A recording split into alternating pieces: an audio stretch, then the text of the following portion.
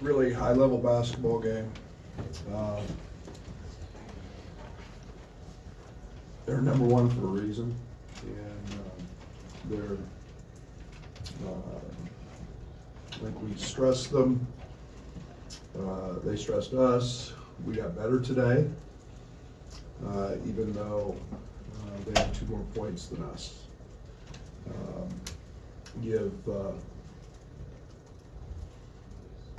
Had the ball last and made the play. So much respect for Rick,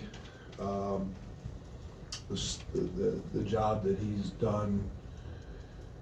Everywhere he's been along the way, they've always been a winner, and you know what you're getting.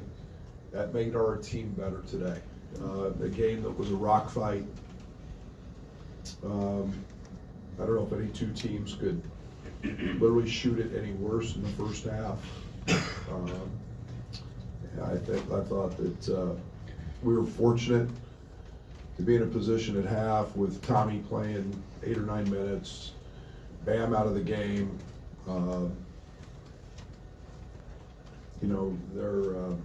Lanier got going in the first half. 17 points on 17 shots. I'll take that, most every single night. But then I thought the couple of deciding things. I thought Milicic on the glass was really big. We let Gainey get going. We had a 6-point lead in a stretch where we didn't guard.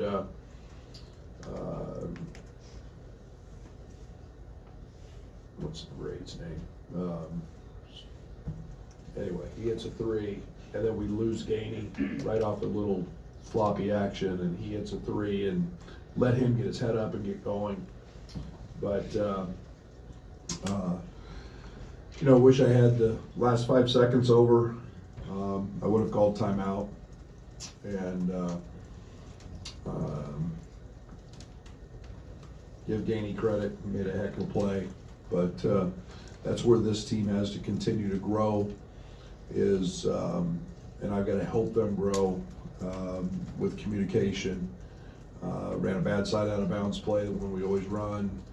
Didn't execute it, and you do those in the last couple minutes, you're going to lose to number 1, and we did today.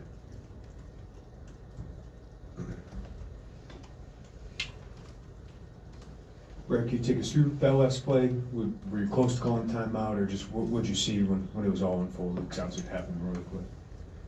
No, I think it's just common sense that you want to call a timeout after a free throw so you can get your defense set. We always push like we did at the end of regulation to get there. Anytime there's 10 seconds or under, we actually practice, we push. KJ got fouled. So they just flipped it. I should have called the timeout. Point blank, I should have called the timeout after KJ made the free throw, game tied, got our defense set. We weren't quite where we needed to be, and 5 seconds is a long time in a game that, you made the play. Brad, how much of the late game stuff you think is youth related, new team? What do you? That doesn't matter. That's on me. We've got to do a better job. We try to work on situations daily. It's hard to work on all of them. I thought we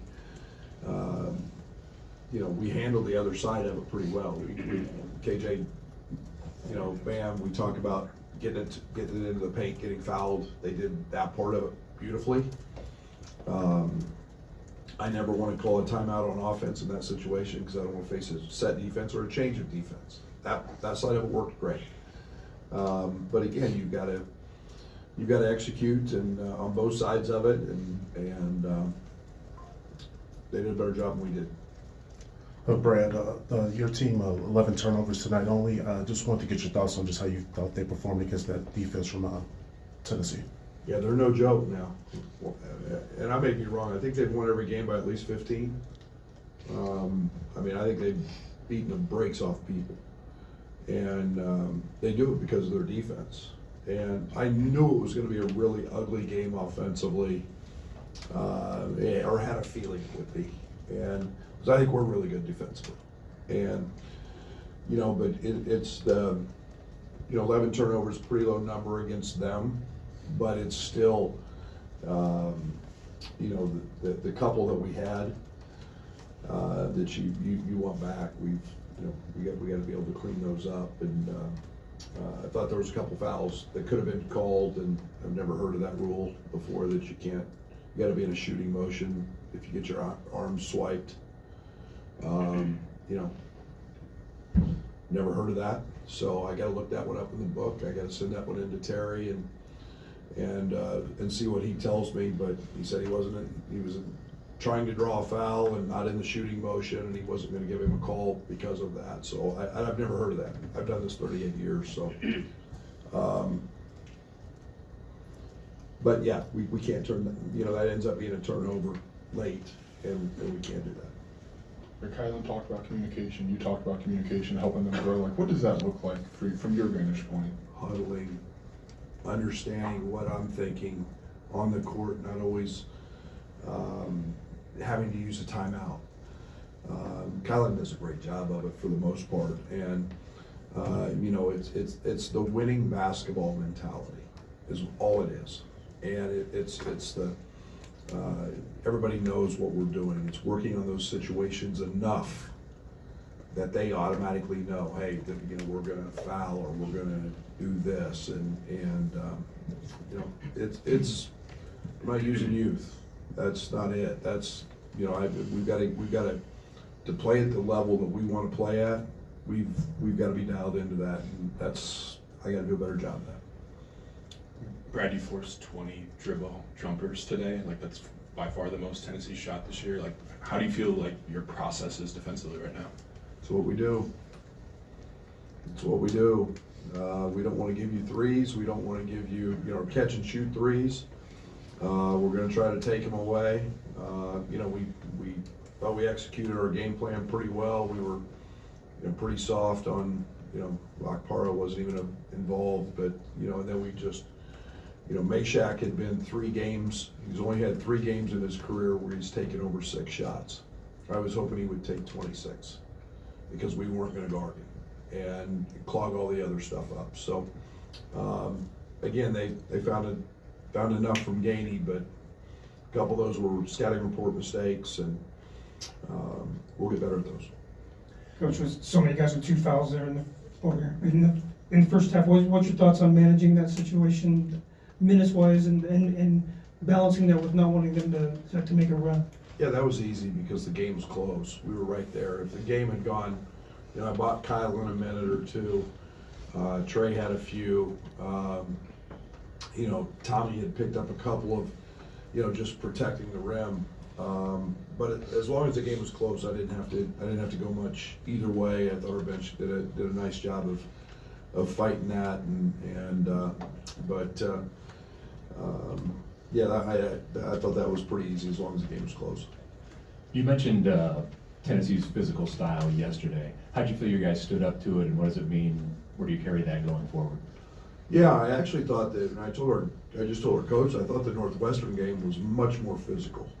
The only difference was they didn't call any fouls for 18 minutes in the first half of the Northwestern game, and now we shoot 60 in the first half of this one.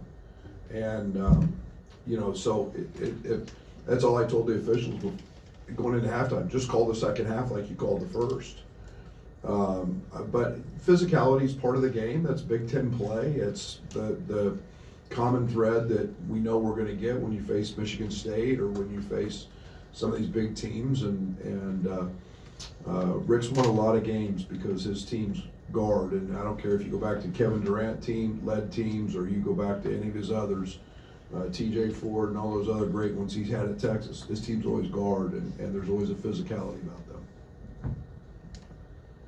How do you maybe navigate a half like the first half where you just can't get any kind of rhythm offensively because of the start-stop nature? Go to the free throw line 30, or what do we go, 20? How many free throws we shoot? I don't have my glasses. Go to the free throw line. I have zero control over what happens offensively in terms of shooting the ball, in terms of going in. All we did was live in the paint and we got fouled. And I am so happy about it. That's the way the game's being called today. Have you guys ever seen a charge called anymore? So why would you just not be a head rammer and just drive the ball, drive the ball, drive the ball, drive the ball, drive the ball, and keep driving the ball until they call fouls? And if you do that and pitch it out, shoot threes. And so the game's never going to be pretty when it's like that, but if that's what it takes to beat Tennessee, we're going to do that. Guys, you guys let me off easy. Oh, Brad, Stat Broadcast has you for 8 of 17 on layups. You just talked about their physicality and the way they defend the rim. You're going to see that in Big Ten play. Is that a product of how Tennessee guards, and is it concerning to you, or is it something that you've got to figure out how to finish? Yeah, we have to finish. You can't get any better shot than a layup. You know, and you got to be on balance, and you got to, I would much rather us get fouled than shoot a layup. I would much rather us, instead of going out there and throwing something, and I would just 2-foot jump stop and get fouled, because those are all, there's a negative reaction that has to happen on another bench when you get fouled. So, but yeah, we got to make them. We got to make them. And, you shoot under 50% on the easiest shot in the game. So let's get fouled. Two different situations, but the two sideline inbounds, the one that KJ had to get from the corner and the one that the pick six, did you see anything, like a common thread on those, or what was your vantage point on each of those? Poor execution. Plain and simple. Derek, this will be the last one. Obviously, you'll continue to encourage Will to take shots, but is there anything you're seeing with him that he needs to settle into or to get going again after a really hot start to the season? What happens when you get off to a really hot start and you start not playing 30-point win bye games?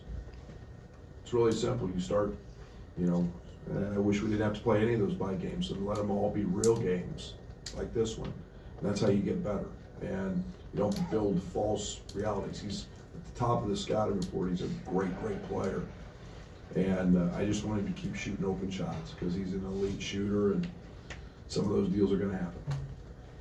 Okay, thank you.